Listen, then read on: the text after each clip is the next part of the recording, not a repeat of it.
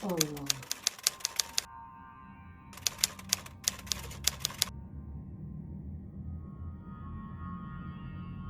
Assalamualaikum warahmatullahi. Assalamualaikum warahmatullahi. Mang Sukir. Assalamualaikum warahmatullahi wabarakatuh.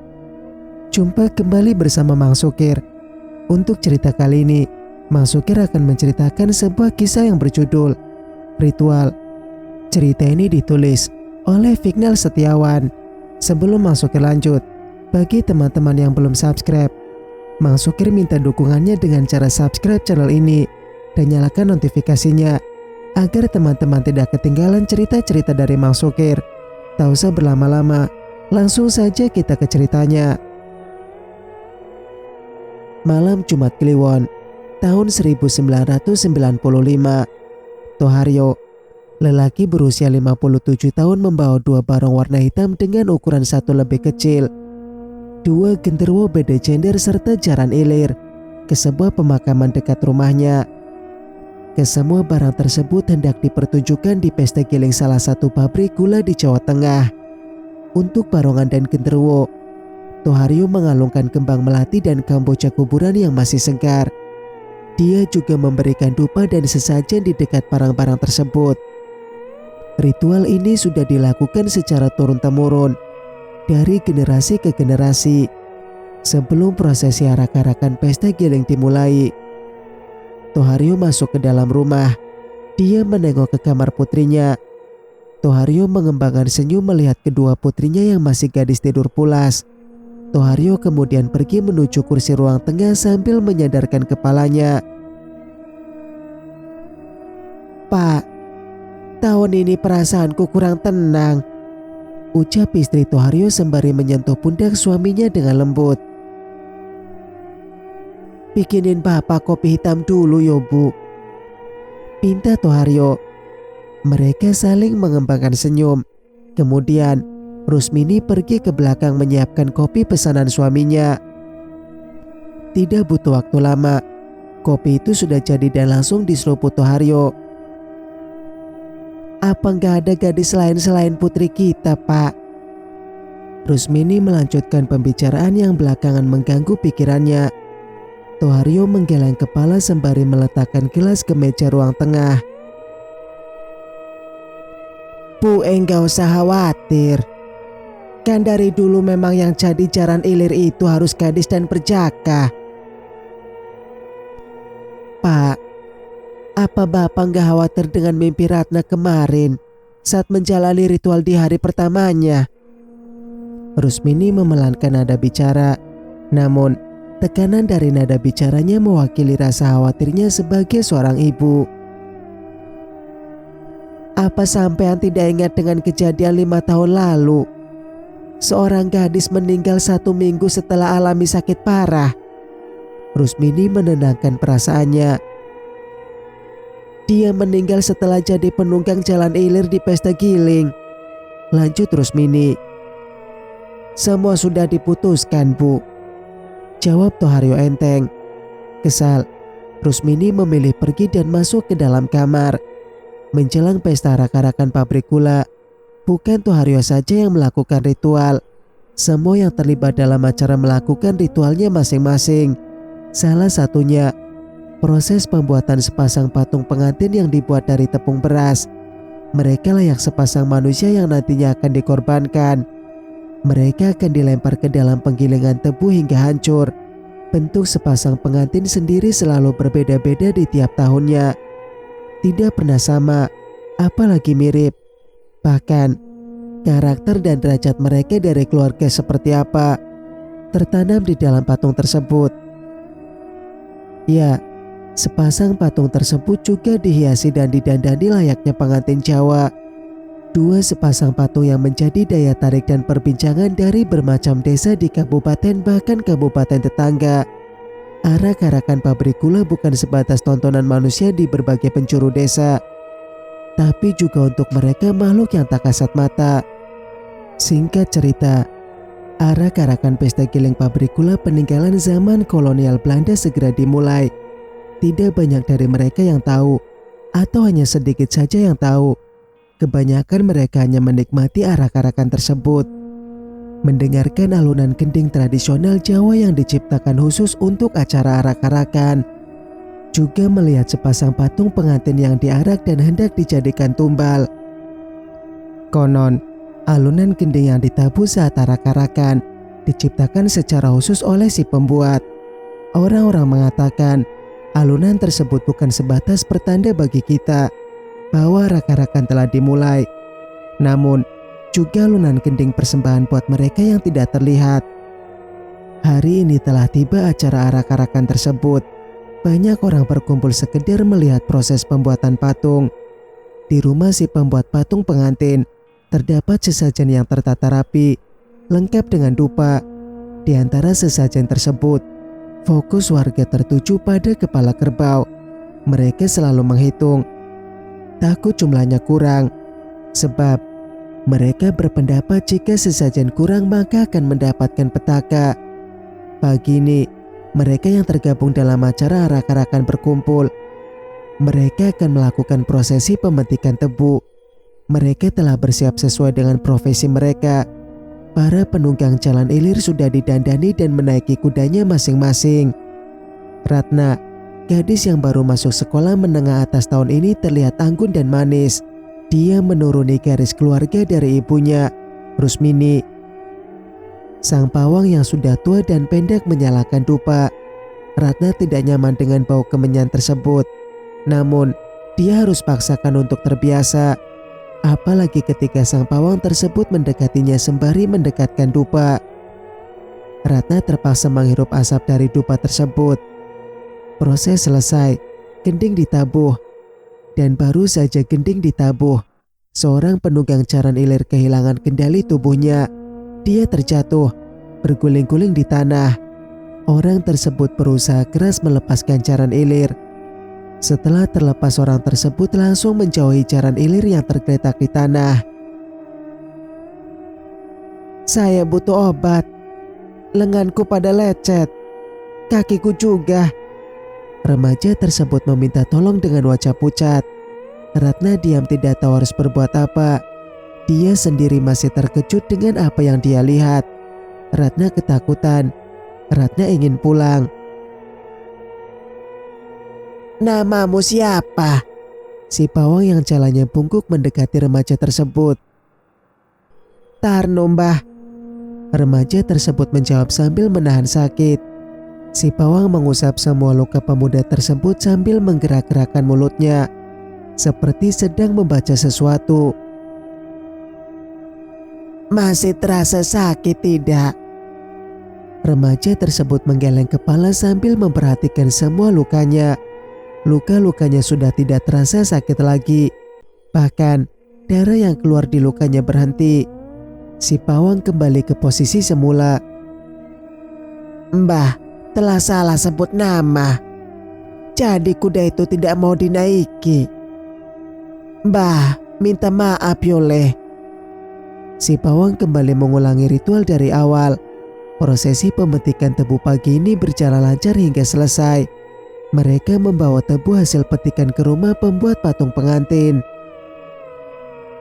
Singkat cerita, "Kamu kelihatan pucat, Nduk," tanya Rusmini. "Ratna capek, Bu," jawab Ratna.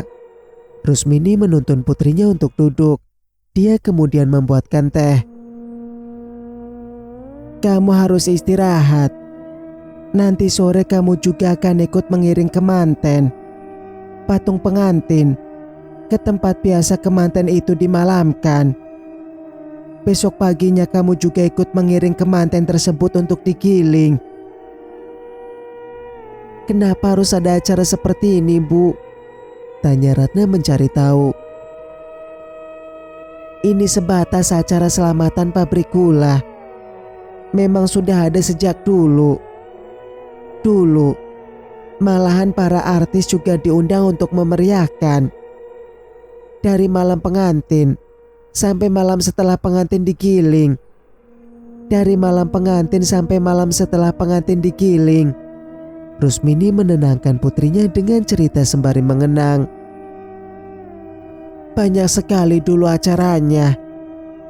Dari mengundang penyanyi ternama, wayang kulit, jaipong, sampai ketoprak yang pemerannya para artis kondang. Itu ketika ibu masih kecil. Rusmini mengembangkan senyum. Di balik senyuman Rusmini tersimpan resah gelisah. Terlebih melihat putri pertamanya yang terlihat pucat. Normalnya mereka yang terlibat acara pulang tetap dengan kondisi normal, palingan sebatas kecapean yang wajar. Tapi ini, Rusmini merasa ada yang janggal. Ratna ikut tersenyum mendengar cerita dari ibunya. Gadis mungil itu kemudian meminum teh bikinan ibunya. Rusmini terus bercerita banyak hal. Niat putrinya untuk menceritakan kejadian apa yang dia lihat sampai lupa untuk diceritakan. Ratna lelah. Dia juga merasa tidak enak badan. Dan setelah mendengar bermacam cerita dari ibunya, kini gadis mungil itu mengantuk. Singkat cerita, Rusmini kembali dihantui kegelisahan. Ratna kembali bermimpi ditemui seorang wanita yang cantik. Sangat cantik malahan. Wanita tersebut ingin supaya Ratna tidak perlu khawatir dengan kondisinya. Nanti ketika ikut arak-arakan semua akan membaik. Rusmini mendekap erat putrinya. Hatinya berdoa, memohon perlindungan dari Yang Maha Melindungi, supaya dijauhkan dari hal buruk. Seorang datang ke rumah Rusmini. Dia memberitahu supaya putrinya, Ratna, bersiap-siap untuk ikut iring-iringan pengantin ke gedung tempat pengantin tersebut akan diinapkan semalam.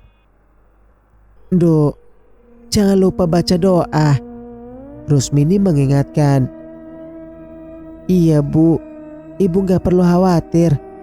Aku sudah merasa baikan. Rusmini mengusap rambut putrinya, memperhatikan putrinya yang kemudian pergi menuju ke tempat di mana dia akan didandani bersama dengan seorang yang menjemputnya. Ketika Rusmini hendak masuk ke rumah, tetangganya menghentikan. Dia bilang patung pengantinnya sudah selesai dibuat dan diberi nama. Pengantin perempuannya cantik gak mbak? Tanya Rusmini yang belum menengok sama sekali ke rumah si pembuat patung pengantin. Cantik banget. Hidungnya juga mancung. Sedangkan pengantin prianya terlihat gagah, tapi terlihat agak tua. Terus nama pengantinnya siapa mbak? Yang laki-laki namanya Jatmiko, sedangkan yang perempuan namanya Ratna Wulandari. Rusmini tersentak kaget mendengar nama depan si pengantin perempuan. Kenapa nama depannya sama dengan nama putrinya? Apa ini semacam pertanda? Atau sebatas kebetulan belaka? Apapun maksudnya, hal ini membuat Rusmini semakin dihantui kecemasan. Malam pengantin, layaknya sepasang pengantin baru. Kedua patung tersebut menjadi tontonan dari berbagai penjuru desa. Mereka berkerumun, berdesak-desakan di luar ruangan. Hanya panitia acara dan petinggi pabrik gula yang diperbolehkan masuk. Juga para awak media koran. Di kedua sisi pengantin baru tersebut dijaga oleh genderuwo. Kalau di Betawi ondel-ondel, milik Toharyo. Malam pengantin, dari anak-anak, remaja, hingga orang tua memadati jalan kawasan pabrik gula. Mereka datang tidak hanya untuk melihat pengantin yang besok akan diarak dan dikorbankan dengan cara dilempar ke penggilingan tebu. Mereka datang untuk melihat hiburan pasar malam dan wayang kulit yang dibawakan oleh dalang terkenal. Ratna bersama keluarga besar dan tetangganya ikut datang. Mereka melihat dan menanggapi sepasang pengantin hasil buatan dari para sesepuh desa. Ada yang janggal malam ini bagi Ratna. Tepat di sebelah kanannya ada sosok ibu-ibu menggendong anaknya yang masih bayi. Rambutnya lurus, hanya saja wajahnya terlihat sedikit pucat. Dan juga tidak terlihat seperti wajah manusia pada umumnya. Ibu-ibu tersebut diam mematung sembari memfokuskan pandangan pada sepasang pengantin. Ratna mengalihkan pandangan perlahan sambil memikirkan sosok yang berdiri di sebelahnya. Apa dia manusia sungguhan? Tapi kenapa dia terlihat datang seorang diri sambil menggendong bayi. Penasaran, Ratna mengarahkan pandangannya kembali pada sosok ibu yang menggendong bayi. Hilang. Dia sudah tidak ada di samping Ratna. Kemana ibu tersebut pergi? Kemanapun Ratna arahkan pandangan, ibu tersebut tidak terlihat. Hilang begitu saja entah kemana. Apa benar dia manusia? Pertanyaan tersebut menggantung di benaknya. Yang menonton pesta giling pabrik gula bukan cuma manusia, tetapi para dedemit juga ikut melihat pesta giling. Ucapan dari almarhum kakeknya membuat tubuh Ratna gemetar ketakutan. Dia mengusap tengkuknya sambil memperhatikan lingkungan sekitar. Ratna takut, dadanya sesak, dan tubuhnya terasa semakin berat. "Dok, ayo pindah," ajak Rusmini. "Dok," Rusmini memanggil kembali putrinya. "Ayo pindah." "Dok." Kini Rusmini mulai khawatir. Putrinya hanya diam mematung. "Ratna." Rusmini menggerakkan tubuh putrinya. Ratna tersentak kaget. Ada apa? Kenapa? Ratna bingung dengan ekspresi ibunya. "Ayo pindah," ajak Rusmini kembali. Ratna mengangguk bingung. "Rus, kok gak jalan-jalan? Nanti aku tinggal lo kalau kelamaan," ucap tetangganya. Rusmini menjawab dengan senyum. Dia lalu menuntun Ratna yang terlihat seperti orang kebingungan. Sementara adik Ratna yang masih SMP memegang erat lengan Rusmini, ibunya. Singkat cerita, sepulang dari menonton pesta giling, Ratna langsung tidur mengistirahatkan tubuhnya. Rusmini duduk di ruang tengah sambil mendengarkan radio.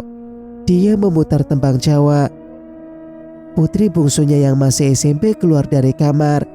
Dia kemudian duduk sambil memeluk ibunya. "Aku takut, Bu." "Kenapa takut?" "Sebenarnya kejadian barusan bukan yang pertama aku lihat. Sudah sejak kemarin Mbak Ratna terlihat aneh." Rusmini memutar tubuhnya. Dia mengusap rambut si bungsu, mencoba menenangkan putrinya. "Ketika hendak tidur, Mbak suka diam saja sambil melihat ke atas. Kemudian dia baru pejamkan mata. Dan saat duduk sambil menyisir rambut, Mbak juga suka berlama-lama sambil memperhatikan cermin, Bu." "Mbak Ratna kenapa?" Rusmini menghela napas berat. Kenapa juga tidak dari kemarin putri bungsunya bercerita? Cerita ini bukan hanya membuat Rusmini semakin khawatir, tetapi juga takut firasatnya menjadi kenyataan. Tohario pulang. Dia berjalan terkantuk-kantuk. Dia baru saja ikut berkumpul dengan para panitia acara dan beberapa petinggi pabrik gula di gedung tempat pengantin dimalamkan. "Rani, kamu belum tidur?" tanya Tohario yang ikut duduk di ruang tengah. "Nemenin ibu, Pak, supaya ibu tidak sendirian nungguin bapak pulang." Tohario tersenyum melihat putri bungsunya, kemudian berganti ke istri tercinta. Rusmini mencium kening si bungsu dan menyuruhnya masuk ke kamar. "Mau aku bikinin teh hangat, Pak?" tanya Rusmini. "Gak perlu, Papa pengen langsung istirahat," jawab Tohario sambil berdiri. Rusmini mematikan radio. Dia ikut masuk ke dalam kamar. Sebelum menutup pintu, Rusmini memperhatikan pintu kamar putrinya yang memang sedikit berhadapan dengan kamarnya. "Pak, barusan aku lihat Ratna seperti orang kerasukan. Dia hanya berdiam diri ketika ibu mengajak pergi dari gedung tempat bermalam pengantin." Tohario menghela napas. Dia sama sekali tidak melihat ke arah istrinya. "Dan Rani baru saja bercerita sama ibu. Ini bukan kali pertamanya Ratna. Putri kita dia mematung seperti itu." Tohario berjalan menuju almari. Dia kemudian mengambil pusaka keris peninggalan ayahnya dari laci. Pusaka tersebut ukurannya kecil dan terbungkus kain mori. Tohario berjalan mendekati istrinya. Dia kembali duduk di sebelahnya. Kain mori yang menutupi pusaka tersebut dibuka. Terdapat bunga melati di dalamnya. "Papa yo gak bakal tinggal diam misal sesuatu terjadi pada putri kita," ucap Tohario sambil menarik pusaka tersebut dari sarung pelindungnya. Setelah Tohario mengeluarkan pusaka tersebut, ruangan menjadi hening. Rusmini hanya diam menunduk dan merangsak ke atas kasur memposisikan tidurnya. Sedangkan Tohario duduk berdiam sembari memperhatikan pusaka tersebut. "Siapa yang berusaha mengganggu putri kita? Dia harus berhadapan dengan saya," lanjut Tohario berbicara. Pagi yang cerah. Seperti biasa ketika proses arak-arakan akan dimulai, orang-orang berdatangan. Mereka bergerombol entah dari desa mana saja. Beberapa rombongan ada yang naik truk supaya bisa muat banyak orang. Ada juga yang naik minibus. Wajah mereka tampak riang. Tidak ada beban kesedihan sama sekali. Mereka tidak tahu bahwa di tengah kerumunan ini tidak hanya ada copet, namun juga dari bangsa lelembut. Arak-arakan pesta giling pabrik gula berjalan lancar dan meriah. Hanya saja, setelah acara selesai kejadian tak terduga terjadi. Ratna jatuh pingsan. Tim arak-arakan bergegas membawa Ratna ke tempat lebih teduh. Mbah Bungkuk, selaku pawang dari arak-arakan mengecek kondisi Ratna. "Ambil air putih," pinta Mbah Bungkuk. Seorang memberikannya air putih pada Mbah Bungkuk sembari memperhatikan wajah pucat Ratna. Air putih tersebut sebagian dioleskan di wajah Ratna. Setelah gadis mungil itu tersadar, Mbah Bungkuk menyuruh Ratna untuk meminum sebagian air yang tersisa. "Capek Yundo?" tanya Mbah Bungkuk. Ratna mengangguk bingung. Tubuhnya juga masih terasa lemas. "Barusan ada yang nempel di tubuh kamu. Tapi sosok tersebut sudah Mbah buang." Ratna mengangguk ketakutan. Dia tidak tahu dengan apa yang terjadi. Sebelum dia tidak sadarkan diri, Ratna merasa dadanya sesak. Kepalanya terasa berat. Sekilas dia juga melihat sosok hitam tinggi besar berdiri di gerbang masuk ruang penggilingan tebu. Tohario dan Rusmini, juga adiknya yang ikut melihat arak-arakan pesta giling datang menemui Ratna. Rusmini paling khawatir ketika dikabari bahwa putrinya pingsan. Dia mendekap erat Ratna. Tidak lama setelahnya, Ratna baru diajak pulang ke rumah. Singkat cerita, pesta gilingan telah selesai. Akan tetapi tidak bagi Ratna. Dia merasa aneh dalam dirinya. Terkadang, seperti ada yang sedang mengawasinya, mengikutinya, serta memperhatikannya. Bahkan sampai di sekolah, dia memendam perasaan tersebut. "Rat, kamu kenapa kau diam terus?" tanya teman sebangkunya. Merasa ada yang aneh pada Ratna. Teman sebangkunya gemetaran. Kedua bola matanya melihat ke sekeliling. Ruangan kelas begitu hening. Para siswa sibuk mencatat tulisan yang sedang ditulis di papan tulis oleh bu guru. Ketakutan memenuhi hati teman sebangku Ratna. Setiap detik suara jarum jam menambah ketakutan yang kian memuncak. Ratna tetap diam. Kepalanya menunduk menghadap ke bawah. "Rat." Pelan dia memanggil nama temannya. Pelan dia memanggil nama Ratna. Gadis itu akhirnya memberanikan diri untuk menyentuh tubuh Ratna. Belum juga menyentuhnya, Ratna tiba-tiba menoleh kepadanya. Gadis itu menjerit ketakutan. Susah payah dia menggerakkan tubuhnya yang kaku untuk pergi dari tempat duduknya. Semua terkaget. Semua menoleh. Semua berhenti menulis. Mereka sibuk bertanya, "Ada apa?" "Rum, ada apa?" tanya bu guru mencari tahu. Dia ikut terkaget dengan cerita Arum, teman duduk Ratna. "Ratna kerasukan, Bu." Gemetar Arum berbicara. Suara ruangan kelas mendadak jadi gaduh. Murid perempuan berteriak. Terlebih mereka yang duduk tidak jauh dari Ratna. Mereka berlarian saling dorong. Bu guru mencoba menenangkan siswanya, juga memperhatikan Ratna yang diam menunduk di bangkunya. "Tolong panggil guru agama, cepat!" suruh bu guru pada muridnya. Beberapa murid lelaki ada yang masih di dalam kelas. Mereka antara penasaran dan bingung harus berbuat apa. Guru pengajar memberanikan diri mendekat perlahan sambil memanggil nama Ratna. Ratna. Was-was, tentu, takut, apalagi perlahan jarak semakin dekat. Beberapa muridnya ada yang mengintip aksi guru pengajar di pintu masuk. Yang ada di dalam ruang kelas berdiri bersiap untuk berlari jika terjadi sesuatu. "Rat, ini ibu. Kamu kenapa sayang?" Tidak ada respon apapun dari Ratna. Guru pengajar mengalihkan pandangan pada beberapa muridnya yang ada di dalam. Ya, mereka juga ikut takut. Kemudian mengalihkan pandangan ke pintu. Belum ada guru lain yang datang. Hanya ada beberapa muridnya yang mengintip. "Ratna." Kini guru pembimbing beranikan diri menjulurkan tangannya untuk menyentuh tubuh Ratna. Lirikan Ratna membuat jantung guru pengajar berdetak lebih cepat. Namun, dia melawan rasa takut tersebut dan menyentuhnya.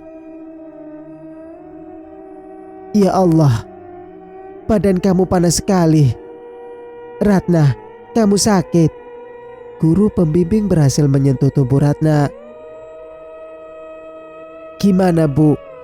Guru agama datang mengagetkan guru pengajar. "Sepertinya dia hanya tidak enak badan. Dia demam. Panasnya terlalu tinggi." "Benar, panasnya terlalu tinggi. Kita harus bawa ke UKS terlebih dahulu. Hubungi juga wali murid supaya menjemputnya." "Baik, Pak." Ratna dituntun menuju UKS. Tubuhnya lemas, demamnya juga begitu tinggi. Beberapa teman sekelasnya yang di luar memperhatikan Ratna. Ratna tiba-tiba berhenti. Tubuhnya terasa berat. Dia menoleh ke belakang, ke teman-teman sekelasnya. Satu murid perempuan mendadak menangis sambil berdiri, menular ke siswi sebelahnya, dan dilanjut ke lainnya. Kerasukan massal terjadi dalam hitungan detik. "Allahu Akbar." Guru yang mengajar di ruang kelas sebelah ikut keluar mencari tahu. Beberapa muridnya mengintip dari balik jendela. "Temanku ya banyak di sini." Tidak, mereka salah menduga. Ratna bukan sebatas demam tinggi, dia juga sedang kerasukan. Singkat cerita, satpam sekolah datang menemui Rusmini. Tidak ada Tohario di rumah. Dia sedang sibuk di ladang pagi ini. Kenapa, Pak?" Rusmini bingung serta khawatir karena tidak biasanya satpam sekolah datang ke rumahnya. "Saya cuma mau menyampaikan, Ratna demam tinggi. Saat ini dia sedang di sekolah." Satpam yang memberi info hanya mengetahui informasi terakhir yang menyatakan bahwa Ratna demam tinggi. Dia tidak tahu ada hal yang lebih penting lagi untuk disampaikan. Betapa kacaunya suasana saat ini. 20 anak mengalami kerasukan massal di sekolah.